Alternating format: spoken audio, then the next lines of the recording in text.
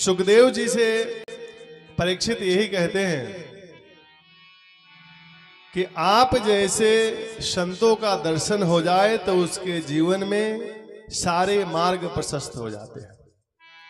ये मुझे साप नहीं मिला, ये वरदान है कि आप जैसे संतों का दर्शन हमें हुआ और चरण धोने के लिए मिला। प्रश्न कर रहे हैं सुखदेव जी से परीक्षित कि हम जैसे 7 दिन में मरने वाले व्यक्ति को क्या करना चाहिए। तो प्रश्न इतना सुंदर था कि जो सुखदेव जी गोदोहन का जो समय होता है वो 6 मिनट का समय होता है। इतने देर में गाय दोहन हो जाती है, इतने देर तक ही वो टिकते हैं, इससे ज्यादा नहीं। और प्रश्न सुन के ठहर गए। सुखदेव जी महाराज कहते हैं कि वर्यान ऐसा ते प्रश्न कृतो लोकहितं नृप आत्मवित समतः पुंसा श्रोतव्यादेषु यः परः। सुखदेव जी कहते हैं कि वर्यान, वर्यान मतलब बहुत बड़ा। तुम्हारा जो प्रश्न है ये बहुत बड़ा प्रश्न है। किस मामले में? तो लोकहितम नृपः, हे राजन जन कल्याण के लिए तुम्हारा प्रश्न है। अब देखिए, संतों से ऐसे ही प्रश्न किए जाते हैं। उत्तम प्रश्न हो जिससे आपका कल्याण हो या जगत का कल्याण हो। संत से अनर्गल प्रश्न नहीं किए जाते। बेटे का विवाह नहीं हो रहा है, धन की आमदनी नहीं हो रही है, ये सब प्रश्न उचित नहीं। उन्होंने कहा कि तुम्हारा प्रश्न बहुत बड़ा है जन कल्याण के लिए। और सुखदेव जी के मुंह से पहला जो शब्द निकला है वो वर्यान निकला है, वो से शुरू हुआ है। क्यों ऐसा हुआ? वह ब्रह्म का बीजाक्षर मंत्र है और ब्रह्म तो एक ही है जिसको हम नारायण कहते हैं। जो ब्रह्मा जी हैं उनका नाम ब्रह्मा जी है, ब्रह्म नहीं। ब्रह्म सिर्फ नारायण है। तो नारायण का ही बीजाक्षर मंत्र है वह। ये उनके मुंह से पहला शब्द व से शुरू हुआ, पहला अक्षर वह है। क्योंकि जैसा खाएंगे वैसा ही तो डकार आएगी। जो आपके मन में चलता है वही वाणी पर आएगी। मन में बार बार राम राम चल रहा है तो राम ही शब्द निकलेगा। जो अंदर रहेगा वही तो निकलेगा। इसलिए व्यक्ति को मन साफ रखना चाहिए। और गोस्वामी तुलसीदास जी ने भी वह से रामचरितमानस को शुरू किया है और वह पर ही विराम भी किया है। गोस्वामी तुलसीदास जी कोई साधारण व्यक्ति नहीं थे, भगवान के परम भक्त हैं, शिव भक्त हैं। उन्होंने शुरू किया है वर्णानाम अर्थसंघानाम रसानाम छंदसामपि मंगलानाम च कर्तारौ वंदे वाणी विनायकौ। यहां से शुरू किया, वर्णानाम वह से शुरू किया है। और रामचरितमानस को पूर्ण भी किया है दह्यंती वो मानवाह, वह पर ही विराम भी किया है। पूरा वह से संपुटित है रामचरितमानस। सुखदेव जी कहते हैं कि राजन तुम्हारा प्रश्न बहुत बड़ा है। अब हम 7 दिन तक तुम्हारे मुक्ति का ही उपाय करेंगे। चिंता न करो राजन, 7 दिन बाकी अभी, घरे भर में परलोक प्राप्त होता है। मेरा ये कथन है, सब ऋषि साक्षी हैं, भगवत पुराण से कष्ट सब मिटता है। देखता हूं आज से 7वें दिन, तुम्हारे लिए मोक्ष द्वार राम द्वार कैसे नहीं खुलता है। सुखदेव जी कहते हैं कि 7वें दिन तुम्हारे लिए मोक्ष द्वार बिल्कुल खुलेगा। ये मैं वचन दे रहा हूं, सभी ऋषि साक्षी हैं। खट्वांगः नाम राजर्षि ज्ञात्वा यताम इह आयुषः मुहूर्तात् सर्वमुत्सृज्य गतवान अभयम हरिम। सुखदेव जी कहते हैं कि खट्वांग नाम का जो राजा था, मुहूर्तात मतलब एक मुहूर्त में बैकुंठ को प्राप्त कर लिया, सिर्फ एक मुहूर्त में। खट्वांग राजा की कल की कथा में थोड़ी सी, जब राम जी के जन्म का समय आएगा उसमें थोड़ी सी चर्चा होगी। तो जो खट्वांग राजा थे, एक मुहूर्त का मतलब 48 मिनट। एक घटी 24 मिनट का होता है, 2 घटी का एक मुहूर्त। 48 मिनट में खट्वांग राजा को मोक्ष प्राप्त हो गया। खट्वांग ने देवताओं से पूछा था कि हम कब मरेंगे, यदि आप लोग जानते हो तो बताइए। देवता तो जानते ही थे, देवता कोई कम शक्ति वाले थोड़ी हैं।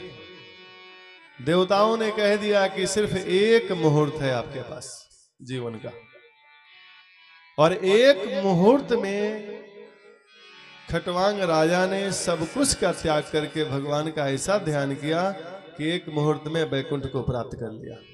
मरने के बाद सीधा वैकुंठ गए। तो चिंता बिल्कुल न करो, 7 दिन समय है, बहुत समय है।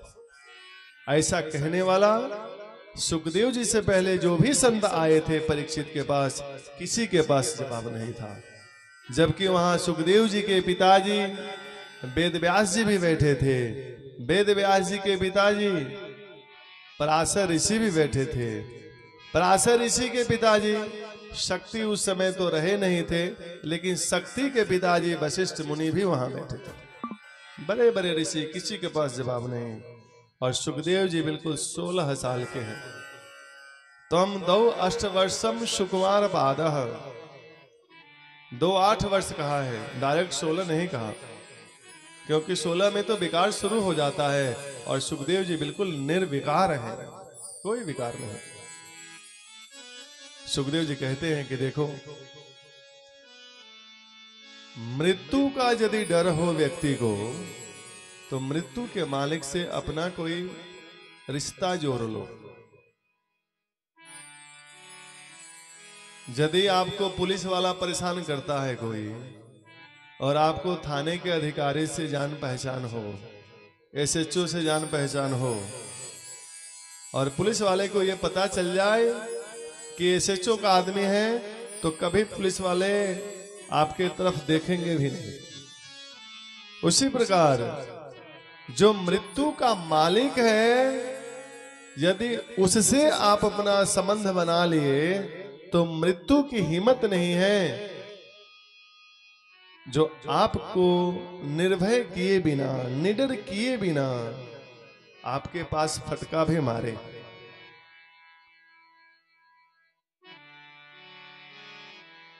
अब सबको तो ये पता है कि एक न एक दिन हमें मरना ही है, मरना तो सबको है। सुखदेव जी आगे कहते हैं कि सुनो, आजकल का जीव क्या कर रहा है? खाओ, धन कमाओ, लेकिन हम मरेंगे इसके ऊपर ध्यान नहीं जाता। यक्ष ने युधिष्ठिर से कई प्रश्न किए थे। आप लोगों ने महाभारत में देखा होगा, पहले तो टीवी में चलती थी ना। यक्ष ने यह भी प्रश्न किया था कि दुनिया का सबसे बड़ा आश्चर्य क्या है? युधिष्ठिर ने जवाब दिया था कि आए दिन लोग मर रहे हैं, कईयों को तो हम लोग अपने कंधे पर ले जाकर के और शमशान भूमि में पहुंचाते हैं। जब चिता जलती है ना, तो बड़ा वैराग्य चढ़ता है, गीता भागवत सब कुछ कंठस्थ हो जाता है। आज से सारे गोरख धंधे बंद, हम ये सब कुछ भी नहीं करेंगे। लेकिन घर आए तो फिर उसी नमक तेल में लग जानी है, फिर उसी काम को करना है। बड़ा वैराग्य चढ़ता है। तेसाम प्रमतो निधनम पश्य नपी न पश्यति। ऐसा नहीं कि हम नहीं देख रहे हैं और ना जानते हैं, सब कुछ जानते हैं, लेकिन व्यक्ति को मन में डर नहीं। मृत्यु तो निश्चित है सबकी, कब आ जाएगी यही किसी को पता होना बड़ा कठिन है। जो बड़े अमलात्मा, विमलात्मा, पवित्र आत्मा, भगवान के भक्त होते हैं, उनको पहले ज्ञात हो जाते हैं। एक बहुत सुंदर गरुड़ जी का मित्र था तोता। वो तोता एक वृक्ष के डाल पे बैठा था और यमराज जी रास्ता पकड़ के जा रहे थे। तोते के तरफ देखा और यमराज जी थोड़ी सी मुस्कुरा दिए तोते को देख करके। अब तोता डर गया कि यमराज जी हमें देख के मुस्कुराए, लगता है कुछ गड़बड़ है। गया अपने मित्र गरुड़ जी के पास और कहा कि यमराज ने देख करके मुझे मुस्कुरा दिया तो मेरे ऊपर खतरा है। बोला तुम चिंता ना करो।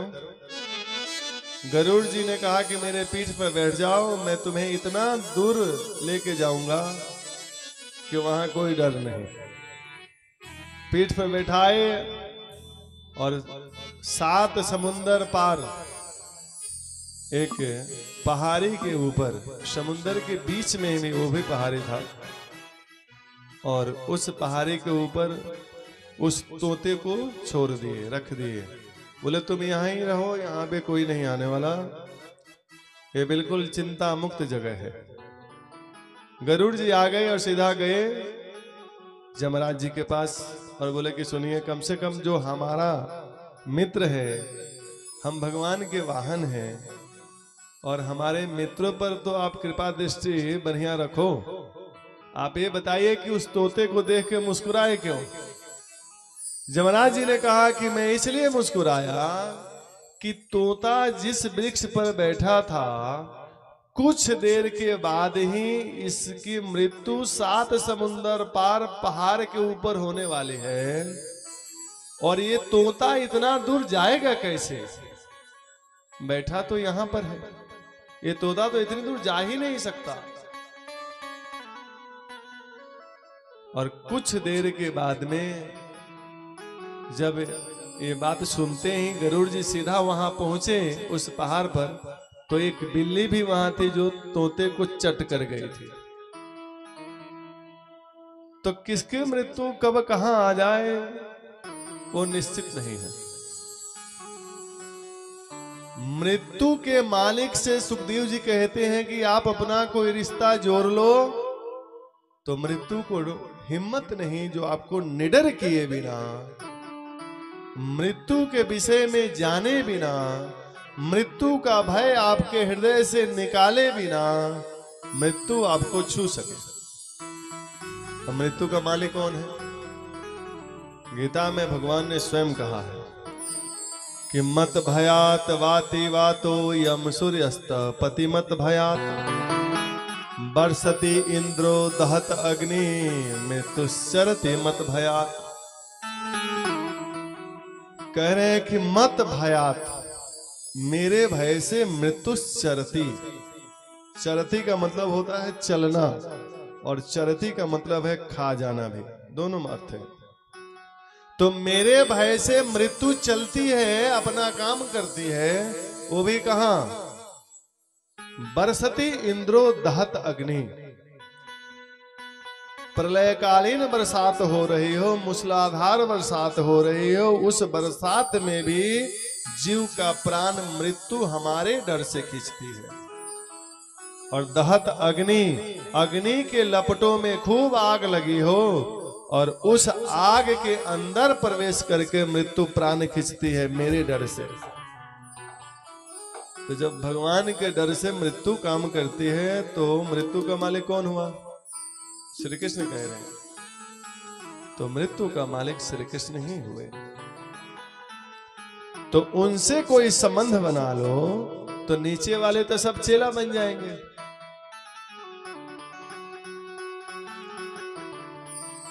परंतु बड़े लोगों से संबंध कैसे बनेंगे? बड़े लोग तो ऐसे संबंध नहीं बनाते ना। सुखदेव जी कहते हैं कि उनसे संबंध जोड़ना हो तो 4 बातें बता रहा हूं, वो 4 काम कर लो। कौन सा 4 बात? जितासनो जित श्वास जित संगः जितेन्द्रियः अस्थूले भगवते रूपे मनः संधार्ये धिया। पहले बात बता रहे हैं जितासनो, आसन को जीतो। आसन को जीतने का मतलब क्या है? आप जहां भी बैठ रहे हैं तो बैठे हुए आसन को जीतने का अर्थ है कि पहले आप बैठने का अभ्यास बनाएं। बहुत लोग बैठते हैं तो पैर इधर उठाएंगे, पैर उधर उठाएंगे, फिर जगह भी बदलेंगे। रीढ़ की हड्डी बिल्कुल सीधी करके जब बैठेंगे तो पैरों पर लोड इतना नहीं जाएगा, भार नहीं जाएगा। जब आप बैठने का बढ़िया से आसन सिद्ध नहीं करेंगे, शरीर ही आपका एक समान एक जगह स्थिर नहीं रहेगा तो भगवान में ध्यान लगेगा कैसे? तो पहले आसन को सिद्ध करो, बैठने का अभ्यास बनाना। उसके बाद कह रहे हैं जित श्वास, श्वास पर नियंत्रण रखे। ये प्राणायाम का तरीका है। श्वास पर कैसे नियंत्रण होगा? एक विधि होती है, वो आप लोगों को YouTube पे भी मिल जाएगा, जो रेचक, कुंभक और पूरक। नाक के एक छिद्र से सांस लेना, फिर उसको बंद कर लेना, थोड़ा देर तक सांस रोक के रखना, फिर नाक के दूसरे छिद्र से सांस को छोड़ना। इससे क्या होगा? करने से आपका मन स्थिर रहेगा। तो पहले आपको आसन सिद्ध करने के लिए, दूसरा श्वास पर आपको नियंत्रण करना है। तीसरी बात बता रहे हैं जित संगः, संग को जीतो। ये थोड़ा सा कठिन बात है। संग कैसे जीतेंगे? एक होता है संग और एक होता है साथ। हम संग संग तो रहते हैं, नहीं, साथ में हम लोग रहते हैं लेकिन संग नहीं रहते। साथ का मतलब होता है शरीर की निकटता और संग का मतलब होता है मन की निकटता। जैसे एक घर में 10 आदमी रहते हैं, एक ही परिवार के, पर ऐसा होता है कि 10 में कुछ व्यक्ति से सबकी बात नहीं होती। जैसे एक भाई से कहो कि आप अपने बड़े भाई को बुलाओ, थोड़ी बात करनी है, तो वो कहते हैं कि नहीं नहीं, बड़े भाई से तो बात किए 2 साल हो गया, हम लोग कभी बात करते ही नहीं, आपस में बात नहीं होती। रहते तो साथ साथ हैं, शरीर से तो साथ रहते हैं, लेकिन मन नहीं मिलता, मन से संग नहीं रहते, तो ये संग नहीं कहा जाएगा। जिसमें तन की निकटता न हो, मन की निकटता हो, उसे कहते हैं जित संग, जिसमें मन की निकटता हो। और भगवान तो मन ही देखते हैं, तन किसी का नहीं देखते। तन तो दुनिया वाले देखते हैं कि आपका तन कैसा है।